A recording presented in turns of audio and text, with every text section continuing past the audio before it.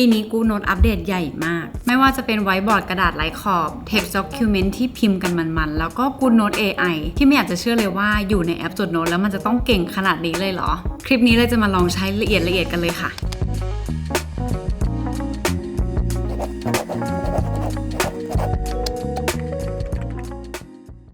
ฮัลโหลสวัสดีค่ะทุกคนแล้วก็เป็นอีกปีหนึ่งที่ GoodNotes อัปเดตอีกแล้วนะคะแล้วก็เป็นอัปเดตใหญ่มากๆด้วยเราเชื่อว่าหลายๆคนน่าจะอยู่กับ GoodNotes มานานแล้วรวมถึงตัวเราเองเพราะว่านี่ก็อยู่กับ GoodNotes มาตั้งแต่ GoodNotes 4 GoodNotes 5จนตอนนี้เนี่ยเขาก็มีอัปเดตปล่อยใหม่มาอีกแล้วทำให้ GoodNotes ตอนนี้ไม่มีเลขพ่วงท้ายแล้วนะคะเป็น GoodNotes เฉยๆที่มีการใช้งานแบบโปรมากขึ้นแล้วก็เขามีฟีเจอร์ใหม่เพิ่มเข้ามาให้เราเล่นเยอะมากนะคะวันนี้ก็เลยอยากจะมาทำเป็นอัปเดต GoodNotes เวอร์ชันล่าสุดเวอร์ชันปี 2025 หรือว่า GoodNotes ฉบับโปรให้ทุกคนได้ลองเล่นลองเขียนกันอย่างแรกเลยมาดูสิ่งที่เราต้องการมากที่สุดแล้วก็ขอมานานมากนะคะในที่สุดก็ใส่มาให้แล้วก็คือไวท์บอร์ดนั่นเอง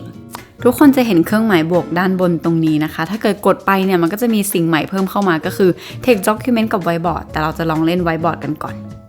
มันจะฟีลคล้ายกับโน้ตบุ๊กเหมือนเดิมเลยค่ะที่สามารถใส่ชื่อได้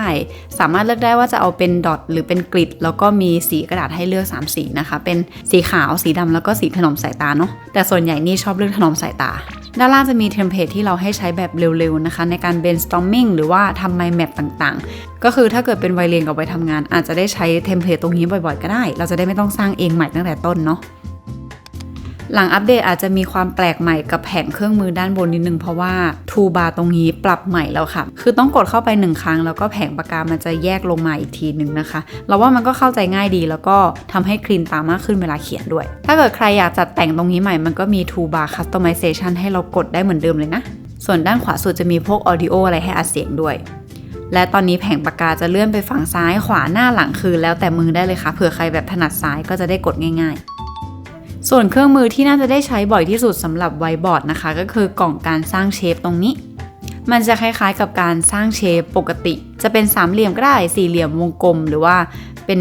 ข้าวหลามตัดหรือเปล่ามันจะคล้ายๆการแบบสร้างรูปทรงเดิมเลยแต่ว่ามันจะง่ายขึ้นในเรื่องของการตกแต่งนะคะเพราะว่าสามารถเพิ่ม opacity ความเข้มความจางของแบบสีที่ถมข้างในได้เปลี่ยนสีได้เปลี่ยนแบบเส้นขอบได้อยากให้เป็นเส้นประหรือว่าเป็นเส้นดอทหนาบางปรับได้หมดเลยคือเข้าใจว่าแอปเนี่ยอยากให้เราสร้าง mind map ได้มีความหลากหลายแล้วก็สวยงามมากขึ้นเพราะว่าสำหรับเวอร์ชันก่อนเรื่องของการแต่งสีแต่งขอบจะยากกว่านี้นะคะเวอร์ชันนี้ก็เลยใช้ง่ายขึ้นมากเลยชอบมากสมมติว่าเรากำลังทำเรื่องพอดแคสต์อยู่เป็นเขียนไอเดียอย่างนี้เนาะสิ่งที่ชอบมากของการใช้ mind map นะคะก็คือเราสามารถลากสิ่งที่เราเขียนเข้าไปในกล่องเชฟได้เลยและเวลาเราเลื่อนมันจะเลื่อนไปทั้งกล่องแบบนี้เลยค่ะที่เราไม่ต้องแบบ select คุมทั้งหมดแค่กดข้างๆแค่นี้เขาก็เลื่อนให้เราแล้วนะฮะแล้วเราจะปรับแต่งยังไงก็ได้ให้เป็นไซส์ที่ต้องการคือนอกจากลายมือจะเข้าไปในกล่องแล้วพวกสติกเกอร์ต่างๆเข้าไปในกล่องแล้วก็จะฝังอยู่ในกล่องให้อัตโนมัติเหมือนกันหรือว่าแม้แต่ text ก็ใส่เข้าไปได้นี่แหละค่ะเวลาที่เราย้ายกล่อง mind map ย้าย brainstorming ต่างๆมันจะได้ไปทั้งก้อนไม่ต้องมานั่งคอยเล็งว่าจะต้องคุมทั้งหมดนะคะและสิ่งมหัศจรรย์ของโลกที่นัทชอบมากรู้สึกว่าแอปดีไซน์ให้มันใช้ง่ายมากๆก็คือตัว Arrow ค่ะคือเส้นลูกศรที่เราสามารถวาดเองได้ด้วยมือแล้วมันก็จะไปจุ๊บกับตัวเชฟที่เราวาดไว้แบบนี้โดยอัตโนมัติแล้วก็เป็นเส้นที่สามารถคัสตอมไมซ์ได้ง่ายมากแค่เอาดินสอเลื่อนไปเลื่อนมาเขาก็เลื่อนให้แล้วแถมยังสามารถเลือกหัวท้ายเป็นแบบมีลูกศรหรือไม่มีก็ได้ด้วยเส้นก็ปรับขนาดความหนาบางเส้นประเส้นดอทได้และที่สำคัญคือตอนที่ลูกศรมันไป snap ติดกับกล่องแล้วเวลาเราลากไปไหนมันก็จะจุ๊บให้อย่างนั้นเลยนะคะมันจะมีเส้น2แบบคือเส้นตรงๆกับเส้นโค้งอันนี้ก็แล้วแต่ชอบเลยว่าอยากได้ฟิลไหนมากกว่ากันส่วนตัวนี้ชอบเส้นโค้งมากกว่ารู้สึกว่ามันเป็นแนวดูโดดีแต่ว่าถ้าเกิดใครทำมาแบบจริงจังแบบแตกโครงสร้างอะไรเงี้ยอาจจะเป็นเส้นตรงอาจจะเข้ากว่าจากที่ลองเขียนก็รู้สึกว่าการทำ mind map การแตกไอเดียอะไรง่ายขึ้นนะคะแล้วด้วยความที่มันมีเส้นโยงได้ขนาดของกระดาษสามารถซูมเข้าซูมออกได้แบบไม่จำกัดมันก็เลยยิ่งทำให้เขียนสนุกเข้าไปใหญ่อย่างในนี้เราเขียนเยอะมากเราเขียนทั้ง storyboard ของตัวเองมุมกล้องที่เราอยากได้ต่างๆแล้วก็ไอเดียที่เสริมเข้ามาว่าใน weekly เนี่ยต้องถ่ายอะไรตอนไหนบ้างคือมันอัดแน่นได้ขนาดนี้เลยในหน้าเดียวแล้วด้านล่างนะคะมี Navigator ให้เราคอยจิ้มดูด้วยว่าเราอยู่ส่วนไหนของบอร์ดแล้วเราจะได้ไม่สับสนเวลาแบบซูมเขียนเยอะๆเนาะ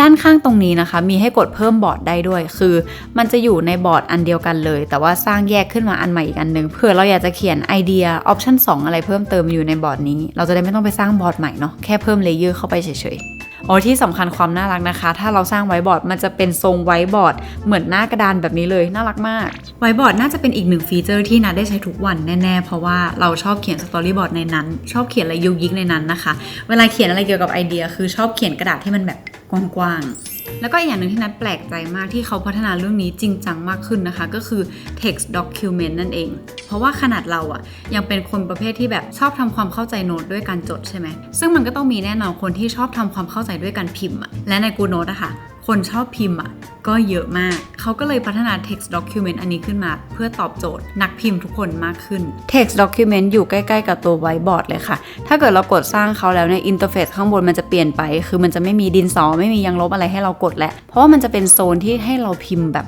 พิมพ์จริงจังจริงๆคือความง่ายของการใช้ text document คือเขาจะแยกเป็นหัวข้อกับตัวแคปชั่นอะไรให้เราแบบชัดเจนมากๆนะคะแล้วพอเรากดตัว slash ใช่ไหมคะมันจะให้เราเลือกว่าเราอยากจะทำอะไรในหน้านี้ต่ออย่างเช่นแบบอาจจะอยากพิมพ์เพิ่มพิมพ์หัวข้อใหญ่เพิ่มพิมพ์หัวข้อเล็กเพิ่มหรือว่าอยากจะเพิ่มรูปเพิ่มวิดีโออันนี้ก็สามารถใส่ได้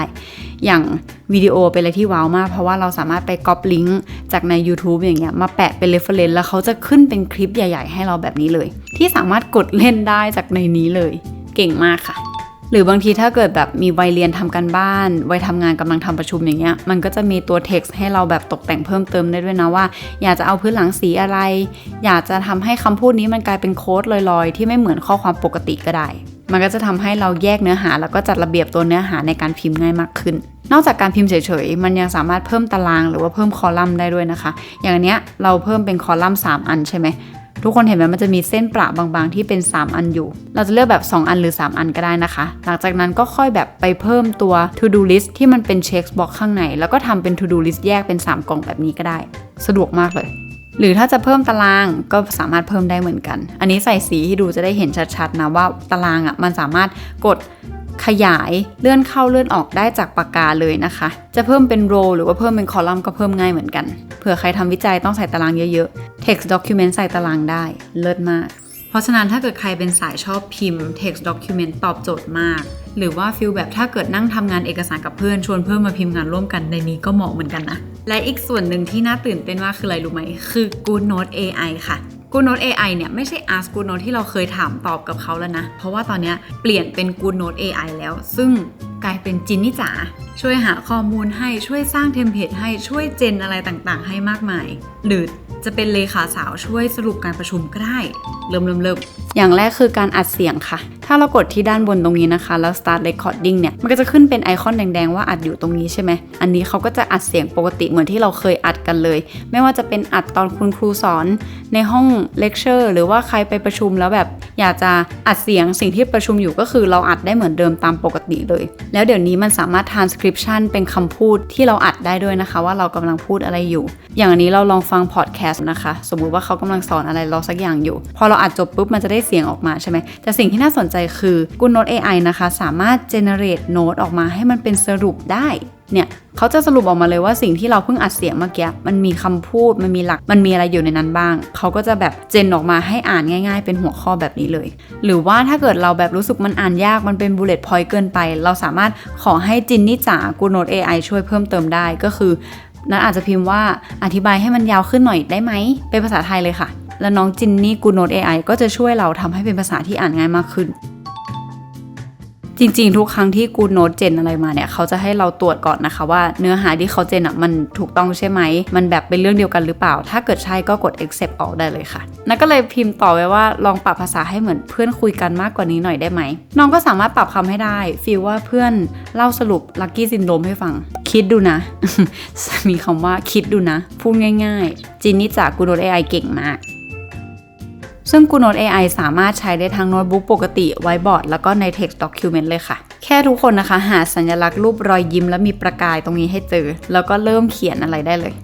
แต่ว่าสิ่งที่เราต้องสังเกตนิดนึงก็คือถ้าเราถามตอบเขาทั่วไปเราสามารถใช้ฟีเจอร์ที่เป็นคำว่า create สีเทาได้เลยค่ะแต่ว่าถ้าเกิดจะให้เขาเป็นจินนี่จ๋าในการเจนอะไรขึ้นมาใหม่สักอย่างนึงเนี่ยเราจะต้องกดให้ปุ่มตรงนี้เป็น create สีฟ้าก่อนนะอย่างอันแรกเนี่ยเราจะลองให้ GoodNotes AI นะคะ Gen Planner Template มาให้เราดูว่า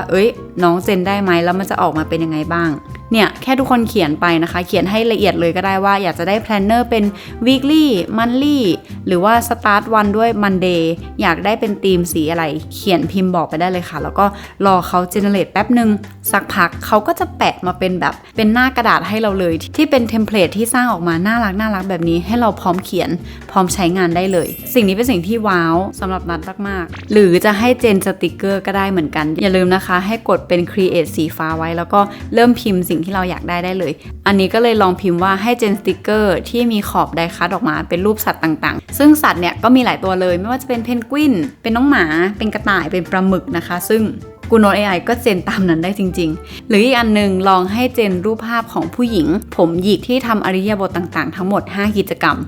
ซึ่งเขาก็สามารถเจนได้ตามนั้นจริงๆและสิ่งที่เจนนะคะมันสามารถแบบลากออกมาเปลี่ยนสีอะไรเพิ่มเติมได้ด้วยก็คือ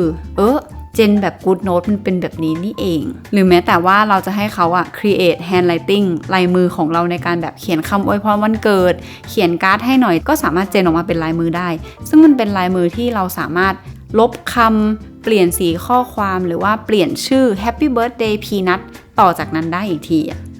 เจนลายมือเขาก็เจนได้แฮะ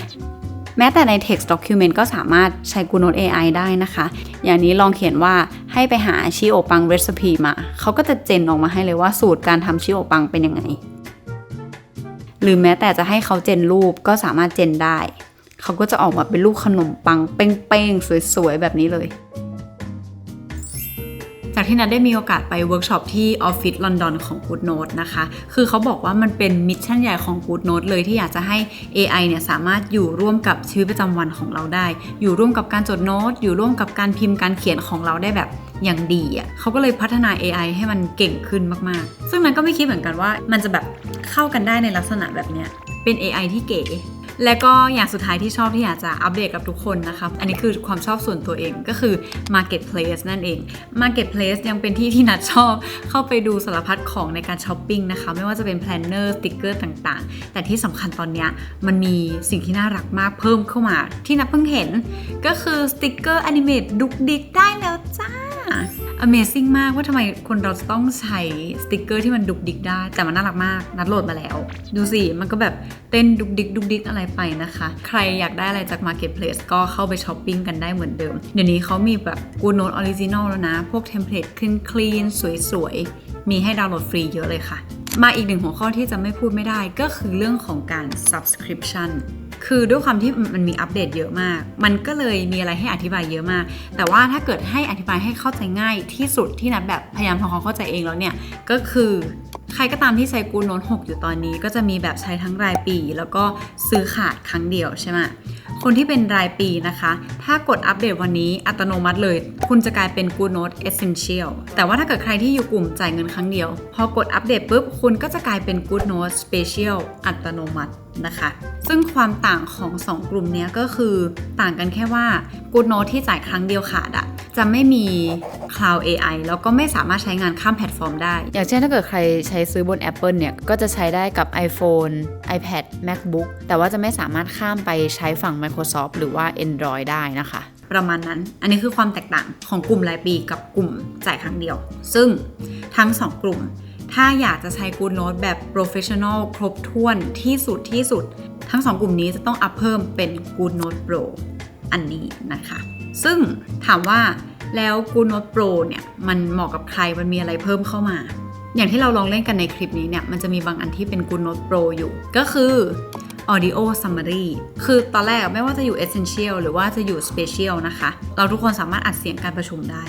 แต่ว่าถ้าอยากจะให้เขาช่วยสรุปการประชุมช่วยทำให้ภาษามันง่ายขึ้นอยากทำให้แบบการประชุมที่สรุปมันกระชับขึ้นอันนี้คือจะต้องเป็น Goodnote Pro หรือแม้แต่อะไรก็ตามที่เป็น Create แล้วมันเป็นกล่อง Create สีฟ้าอันนั้นก็คือ Goodnote Pro หรือแม้แต่การ Collaboration ซึ่งตอนนี้ทุกคน Collaboration ได้หมดแล้วแต่ว่าถ้าเกิดใครที่อยากจะ Collaboration แบบเยอะๆแบบประมาณ20คนอันนี้ก็คือจะอยู่ในตัว Goodnote Pro เหมือนกันเพราะฉะนั้น Goodnote Pro ก็เลยจะค่อนข้างเหมาะกับคนที่ใช้ Goodnote แบบกระหน่ำมากๆอยากใช้ AI ในทุกภาคส่วนของทุกการจดการเขียนการพิมพ์เนาะแต่ว่าถ้าเกิดใครไม่ได้ใช้ขนาดนั้นการที่เราเป็น Goodnote Essential กับ Special อยู่แล้วอันนี้ก็คือถือว่าเพียงพอเช่นกัน แล้วก็ทุกคนอาจจะสังเกตเห็นว่ามันจะมีตัว AI Pass ด้านล่างด้วยอันนี้ก็คือจะเป็นแพ็กเกจเสริมสำหรับ AI ที่ใครก็ซื้อเพิ่มได้เลยค่ะคือบางทีแบบเราถามเขาเยอะจนมันเต็มลิมิตแล้วเราก็ซื้อ AI Pass ได้ซึ่งทุกกลุ่มสามารถซื้อเพิ่มได้นี่ก็เลยเป็นอะไรใหม่ๆของ Goodnotes ล่าสุดที่นับมีมาฝากทุกคนนะคะคือในฟีเจอร์อะไรเงี้ยมันแบบมีเยอะแยะมากมายแล้วมันก็ว้าวเยอะมากในส่วนของ subscription อาจจะแบบต้องใช้เวลาในการอ่านรายละเอียดนิดนึงเดี๋ยวนัดแปะพวกข้อมูลเพิ่มเติมไว้ให้ด้านล่างคลิปนะคะเพื่อจะได้ลองเช็คกันอีกทีว่าตอนนี้ใครเหมาะแบบไหนมากที่สุดอย่างนัดจ่ายรายปีไปเพราะฉะนั้นพอนัดกดปุ่มอัปเดตปุ๊บนัดจะกลายเป็นกลุ่ม Essential นะคะแต่ด้วยความที่อยากรู้อยากเห็นนัดก็เลยไปสมัครเป็น Goodnotes Pro เรียบร้อยแล้วก็จะใช้เขาให้คุ้มที่สุด ถ้าเกิดใครอัปเดตแล้วชอบฟีเจอร์ไหนที่สุดคอมเมนต์บอกด้านล่างได้นะคะไว้เจอกันใหม่คลิปหน้าค่ะบ๊ายบาย